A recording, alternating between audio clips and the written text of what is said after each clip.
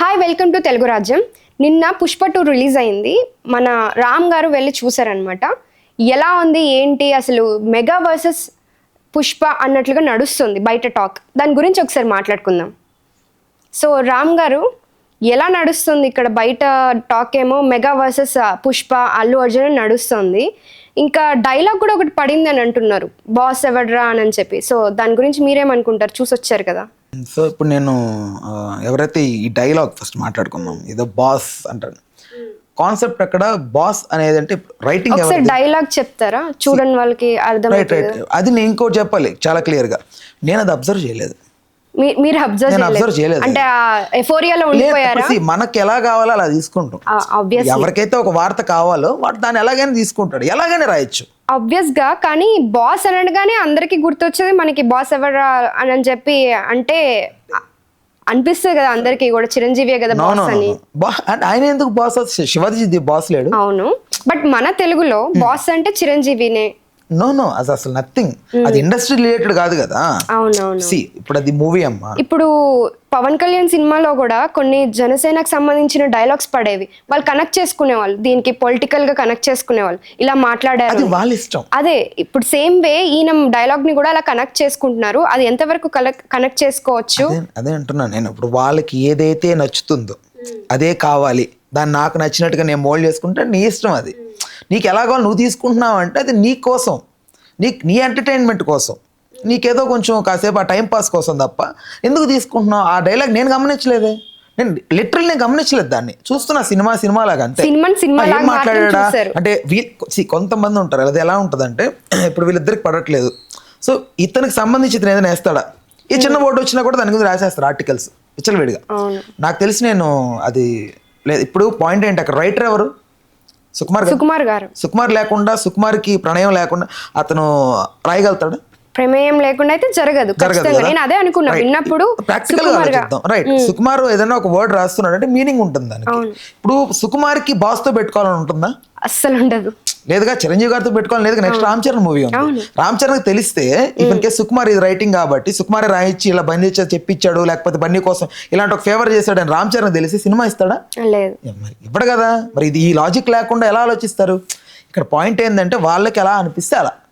నాకు ఎలా అనిపించింది, రైట్, నేను పట్టేసుకున్నాను దాన్ని, రైట్, ఆ వర్డ్ దాని గురించి కాంట్రవర్షియల్ గా మాట్లాడదాం, దాని గురించి మొత్తం దుమారా రేపుదాం. బట్ చాలా మంది హర్ట్ అయ్యారు. అంటే హర్ట్ అవ్వాల్సింది దేనికి హర్ట్ అయ్యారు? అట్లా ఎందుకు అన్నాడు? ఇంత యాటిట్యూడ్ పెరిగిపోయిందా? పుష్ప వచ్చింది, ఒక్క హిట్ వచ్చేసరికి ఇంత యాటిట్యూడ్ పెరిగిపోయిందా? చిరంజీవి గారిని పల్లెత్తి మాట అయిపోయాడు. చిరంజీవి గారిని పల్లెత్తి మాట అని రాయన. అవును, రీసెంట్ గా మనము అన్స్టాపబుల్ కూడా దాంట్లో చెప్పాడు కదా మనకి, చిరంజీవి అంటే నాకు ఫేవరెట్ అని చెప్పాడు. అలాంటప్పుడు ఇలాంటి డైలాగ్ పడదు. కాలే వరకు చిరంజీవి ఫ్యాన్ అనే చెప్పాడు ఆయన. లాస్ట్ ఇయర్ బేబీ మూవీ సంబంధించి ప్రెస్ మీట్ లో కూడా చెప్పింది అదే, కట్ట కాలే వరకు చిరంజీవి ఫ్యాన్. రీసెంట్ అన్స్టాపబుల్ కూడా అదే చెప్పాడు. అంటున్నా, ఇప్పుడు చిరంజీవి గారికి సంబంధించి ఏ కాంట్రవర్షియల్ కూడా మాట్లాడరు. ఆయనకి వాళ్ళ ఫ్యామిలీలో ఎవరితోనో పడట్లేదు పాపం, అంతే.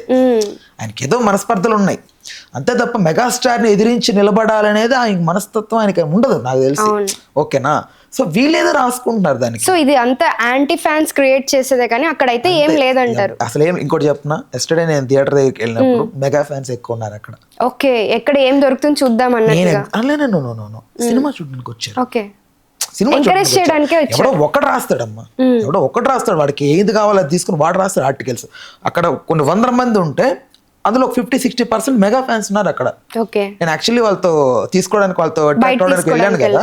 వెళ్తే నాకు అర్థమైంది, నేను మెగా ఫ్యాన్ అంటే, నేను కళ్యాణ్ గారి ఫ్యాన్ అంటే, నేను రామ్ చరణ్, నేను నవ్వుతున్నా నేను లోపల. అరే ఎంత చూడరా అసలు బన్నీ అభిమానమా, ఇంత అభిమానమా? ఎవడో ఒకడు రుద్దుతున్నాడు ఎక్కడి నుంచో. సో వెళ్ళొద్దు చేయొద్దు అని ఎవడో ఒకడే, అందరికి రాలేదు అది యాక్చువల్లీ. సో ఇప్పుడు ఎవరైతే ఈ మాట్లాడుకుంటున్నారు ఈ విభేదాలు అనేది అందరికి ఒకటేసారి ఎలా వస్తుందమ్మా? అది నా డౌట్. అది కొన్ని వేల మందికి ఒకటేసారి మైండ్ లో పుట్టదు అది. ఓకేనా? ఎవడో ఒక్కడు ఇన్ఫ్లుయెన్స్ చేస్తాడు వీళ్ళందరినీ, వాట్ ఎవర్. అరే ఇలా జరిగిందిరా, మీరు ఇదిగో వాడిని కొంచెం ప్రేరేపించి నువ్వు లెయ్యాలి, నువ్వు మాట్లాడాలి, నువ్వు రావాలి బయటికి, నువ్వు యాంటీ, నువ్వు ఈరోజు నువ్వు గుర్తుపెట్టుకో, నీకు అసలు బన్నీ అంటే ఇష్టం ఉండకూడదు అని ఎవడో ఒకడే రుద్దుతాడు. అర్థమైందా? కొన్ని వేల మంది ఒకటేసారి అది అలా బిల్డ్ అవ్వదు. ఓకేనా? సో ఇప్పుడు ఇక్కడ పాయింట్ ఏంటంటే ఆ ఒక్కడే ఎవడో ఆ బాస్ అనేది పట్టుకున్నాడు. సో ఆ బాస్ అనేది వాడు పట్టుకుని వాడు ఏది రాసుకున్నా ఇట్స్ నన్ ఆఫ్, నన్ను అడిగితే దానికి అసలు పుష్పకి దానికి ఎలాంటి ఇది లేదు. అండ్ నిన్న నాగబాబు గారు సో మనవడే అన్నట్లుగా ఒకటి ట్వీట్ మనవాడే అన్నట్టు ట్వీట్ పెట్టారు. చాలా హ్యాపీగా ఫీల్ అయ్యాం అందరం కూడా. అంటే ఇట్స్ పాజిటివ్ వైబ్ కదా. అవును. పంజా సారీ అతని పేరేంటి, జెట్ పంజా అని ఉంటుంది ఇన్స్టాగ్రామ్ లో, సాయిధరం తేజ్. సో దాని నుంచి కూడా ఇది వరకు అన్ఫాలో, ఇప్పుడు ఫాలో ఆ విషయం చెప్పాడంట. సో అదే అంటున్నా నేను, ఎంతైనా వాళ్ళు బ్లడ్ ఎప్పటికన్నా ఒక ఫ్యామిలీ. విభేదం ఎవరికి ఉండవు, ఎవరికి ఉండవండి. ఇంట్లో అన్నదమ్ములకే అంటే మనకు ఉండొచ్చు అండి. అంటే వాళ్ళు అంటే ఇక్కడ పాయింట్ ఏంటి తెలుసా, కామన్ మ్యాన్ కు అంటే వాళ్ళ ఆలోచన విధానం ఎలా ఉంటుంది అంటే కామన్ మ్యాన్ది. సో మనకు గొడవలు ఉండొచ్చు, మన అన్నదమ్ములకి మనకు అన్ని గొడవలు ఉండొచ్చు, కొట్టుకోవచ్చు, తిట్టుకోవచ్చు, మనం ఆస్తి గొడవలు చేయొచ్చు, లేకపోతే వాట్ ఎవర్, నిన్ను నేను తిట్టొచ్చు, నన్ను నువ్వు తిట్టొచ్చు, కొట్టుకోవచ్చు, ఏమైనా చేయొచ్చు. బట్ పెద్ద వాళ్ళు ఉన్నప్పుడు ఏంటంటే వాళ్ళ గొడవలు రాకూడదు. మనం ఏంటంటే వాళ్ళు చూస్తాం, చూస్తాం వాళ్ళ గొడవలు రాకూడదు, వాళ్ళ గొడవ పడకూడదు, వాళ్ళకి ఆ స్వేచ్ఛ ఉండకూడదు, మనం పడవచ్చు గొడవలు. అది కామన్ మ్యాన్కు ఉన్న ఆ మెంటాలిటీ అది కొంచెం చేంజ్ అవ్వాలి. వాళ్ళు మనుషులే, వాళ్ళకి కొంచెం ఫీలింగ్స్ ఉంటాయి, వాళ్ళు ఏదైనా దేనికైనా సంబంధించి వాళ్ళు. మూవీ దగ్గర అయితే యాంటీ ఫ్యాన్స్ ఎటువంటి హడావిడి చేయలేదు, నార్మల్ గానే జరిగింది. వాళ్ళు కూడా వచ్చి సపోర్ట్ చేశారు, ఎంకరేజ్ చేశారు. సినిమాని ఎవడు ఆపుతాడు? అవును అవును. అంటే ఆపేస్తాము, మీరు నంద్యాలకు వెళ్ళారు కాబట్టి పవన్ కళ్యాణ్ కి సపోర్ట్ చేయలేదు, నంద్యాలకు వెళ్ళారు. నేను ఒక క్వశ్చన్ అడుగుతాను, రైట్? ఎవరైతే దీనికి సంబంధించి మాట్లాడుతున్నారో దీని క్వశ్చన్ అడుగుతా. ఇప్పుడు అల్లు అర్జున్ నంద్యాలకు వచ్చాడు, ఎవరింటికి వచ్చాడు? వాళ్ళ ఫ్రెండ్ వాళ్ళ ఇంటికి. అతని పేరేంటి? శిల్పా రవిచంద్ర, వైసీపీ. సో ఇప్పుడు అక్కడికి ఎవరైతే బన్నీని చూడడానికి వచ్చారో వాళ్ళందరూ బన్నీ ఫ్యాన్సా? కాదు. బన్నీ ఫ్యాన్సేనా? మెగా ఫ్యాన్ లేడా అక్కడ? అవును, మెగా ఫ్యానే లేడా? ఉంటారు, మెగా ఫ్యాన్స్ ఉంటారు కదా. మెగా ఫ్యాన్స్ లేకుండా అయితే లేరుగా, చూసారుగా. సో ఇప్పుడు వాళ్ళు వచ్చారంటే అక్కడికి, అక్కడ ఎవరింటికి వచ్చాడో వీళ్ళకి తెలుసు. శిల్పా రవిచంద్రన్ వైసీపీ అతని ఇంటికి బన్నీ వచ్చాడని తెలిస్తేనే కదా వీళ్ళందరూ వెళ్ళారు. సో ఎందుకు వెళ్ళారు మీరంతా? వెళ్ళకూడదు కదా. అల్లు అర్జున్ కోసం వెళ్ళారు. అదే అంటున్నా అల్లు అర్జున్ కోసమే. అల్లు అర్జున్ తప్పు చేశాడని ఫీల్ అయ్యి ఉంటుంది. మీరు మెగా ఫ్యాన్స్ అంతా అప్పుడు వెళ్ళకుండా ఉండండి. ఎందుకెళ్ళేది? వెళ్ళారు, మీరు వెళ్ళారు, బన్నీని చూశారు, అంతా హ్యాపీయే. మీకు అప్పుడు మైండ్లో లేదు ఏది, ఆ నెగిటివ్ లేదు ఆయన మీద. సరే శిల్పా రవిచంద్రన్ ఇంటికి వచ్చాడేంట్రా, అతను వైసీపీ కదా అనేది నీకు లేదు. ఎప్పుడైతే నీ మైండ్ లో అలా ఏదో ఒక చేయబడిందో, సో ఎవరైతే అట్లా అది అప్పుడు నీకు అనిపించింది ఓకే ఇది తప్పు కదా, ఇప్పుడు దీన్ని నేను తప్పుగా చూడడం స్టార్ట్ చేస్తున్నా. నేను ఛాలెంజ్ చేస్తున్నాను అందరికి కూడా, ఎవరైతే నంద్యాలలో బన్నీని చూడడానికి వెళ్ళారో అక్కడ బన్నీ ఫ్యాన్స్ మాత్రమే వెళ్ళారా? మెగా ఫ్యాన్స్ వెళ్ళి ఉంటారు, బన్నీ అందరూ. హీరో వస్తే ఎవరైనా వెళ్తారు, ఫ్యాన్ అవ్వాల్సిన అవసరం వెళ్ళకండి. మరి మెగా ఫ్యాన్స్ వెళ్ళకండి, ఒక్కరు కూడా ఉండకూడదు ఆడ. ఒప్పుకుంటారా మీరు? వెళ్ళుంటారు కదా, ఖచ్చితంగా ఉంటారు కదా, బన్నీ కోసం చూసుంటారు, తెలిసే వెళ్ళారు కదా, తెలియకుండా గుడ్డిగా వెళ్ళిపోలేదు కదా. ఎవరింటికి వచ్చారో తెలుసు, ఏ పార్టీ అన్నీ తెలుసు, ఎందుకు వెళ్ళారు? అది ఒక అంటే ఎవరికైనా ఉన్న రైట్ కదా. నేను నా ఫ్రెండ్ కి సపోర్ట్ చేయొచ్చు, లేకపోతే ఇంకెవరికైనా సపోర్ట్ చేయొచ్చు, అది వాళ్ళ రైట్ కదా ఎవరికి సపోర్ట్ చేయాలనేది.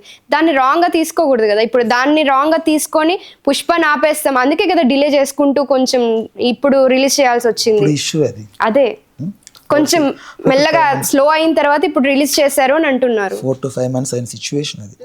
దాన్ని అప్పటి నుంచి ఇప్పటి వరకు డ్రాగ్ చేయాల్సిన అవసరం లేదు నన్ను అడిగితే. ఇట్స్ ఎ కైండ్ ఆఫ్ అదొక మిస్టేక్ అంతే. ఇప్పుడు అంతెందుకు, వాళ్ళ నాన్నగారు అదే రోజు పిఠాపురం వెళ్ళారు, చార్టర్డ్ ఫ్లైట్లో వెళ్ళిపోయారు, వాళ్ళ చెల్లెల్ని తీసుకుని రామ్ చరణ్తో వెళ్ళిపోయారు. బన్నీ ఇలా వెళ్ళాడు అంటే ఇప్పుడు ఆ ఫ్లైట్లో మాట్లాడుకోలేదా వీళ్ళు? బన్నీ ఎక్కడికి వెళ్ళాడంటే బన్నీ ఇట్లా వాళ్ళ ఫ్రెండ్ కోసం అక్కడికి వెళ్ళాడని మాట్లాడుకొని ఉంటారా? మాట్లాడుకొని ఉంటారు కదా, జనరల్ గానే మాట్లాడుకుంటారు కదా.